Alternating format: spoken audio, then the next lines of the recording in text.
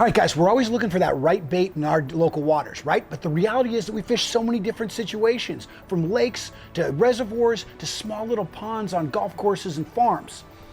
So along with the right bait, we've got to know the different ways of rigging that bait and retrieving it so we can match the individual situations that we face. So today we're using the Rage Craw, which is part of the Rage series from Strike King.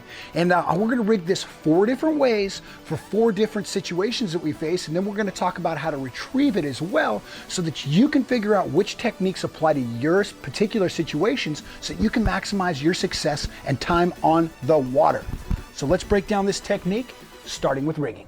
Okay, now before we go into these 4 different setups, I want to talk about craw style baits in general. I like to break it down into 3 categories. The first one being double tail grubs. The second one is flapping style. Now the third option is actually kind of a hybrid of the two, and that's kind of a kicking style bait. They've become really popular. Pretty much every major company is making some version of this, but the Rage Craw has really nailed it. You've got the appendages, so as you're moving this bait through the water, those legs are kicking, so it's looking visually like it's like something swimming, like a little tail action or something like that, but also these appendages are big enough, so as you're hopping that bait, it's really displacing a lot of water, and even in that darker, dingier water, these fish can hone in on that bait.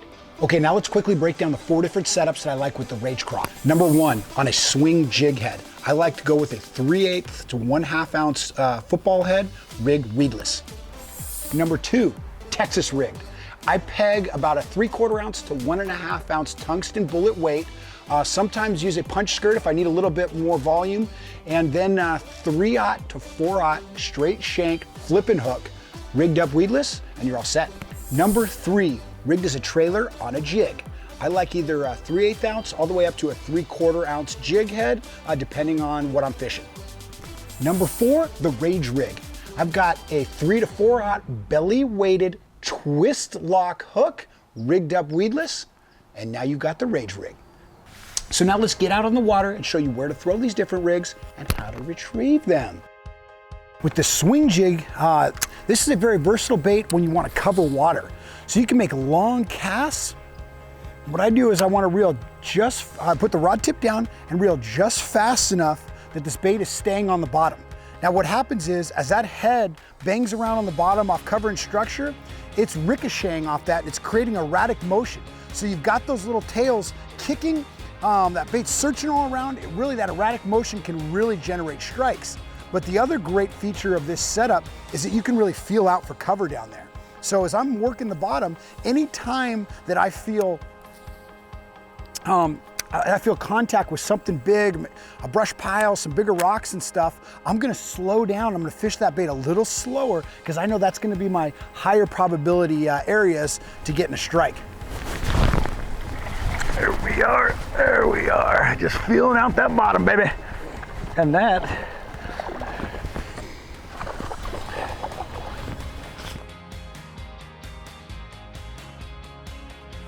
okay, now the Texas rig, I'm flipping into the thickest cover that I want to fish, and I let that bait fall down on semi-controlled line because I want to feel if that bait gets hit on the way down there. Once it hits the bottom, I give it a couple tiny little hops. I'm going to try to hop that bait 2 to 6 inches off that bottom a couple times.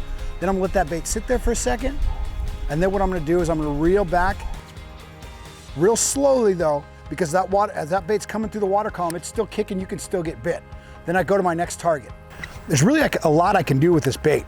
I can really, I can flip and I can pitch this on, around docks, pilings, that stuff. So as it falls vertically, you're gonna get this little tail kicking on the way down. But then as I hop that bait a couple times as it's down there, I'm gonna get that, that water displacement. Any fish that's in the area is gonna know there's something there. And as it comes in closer, as I hop it, you're gonna get that little kicking action that should generate a strike. But also, I can make casts. So I can cast into corners, let that bait sink down to the bottom, and then slowly either hop that bait back, or I can put that rod tip down and really crawl it along there. Anytime I've got a lot of cover, structure, stuff like that, that I really want to slowly pick apart, the jig is a great option.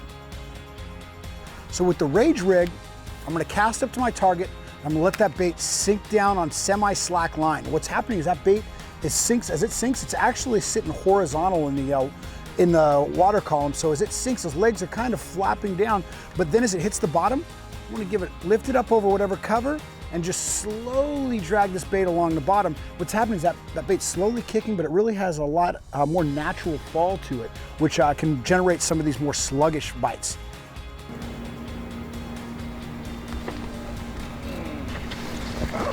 What a solid on there. Holy cow. There we go. That's a solid fish. All right, here we go.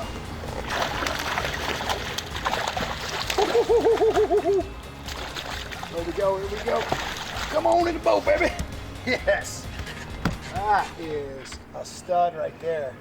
That fish is just a healthy, healthy fish, man. So when I have really heavy cover, real thick stuff, I go to a nice heavy Texas rig setup. That way I can really get in that stuff. And those fish love being down in there. And so if you've got a lot of heavy cover, hydrillo, grass, anything like that, you can really go to these heavier weights. And that's why I like anywhere from a 3/4 to 1.5 ounce, because I'm gonna go as heavy as I need to get into this thick cover. Okay guys, when I'm throwing the swing jig, I'm really looking to cover water. And I'm looking for kind of those banks that have those small little gravel banks, really casting, trying to bump that thing along the bottom. And I'm looking for those bigger rocks. See, every once in a while you'll find those, if you have just mud, I'm looking for more gravel. If I'm looking for gravel, I'm looking for those little clusters of bigger rocks and stuff.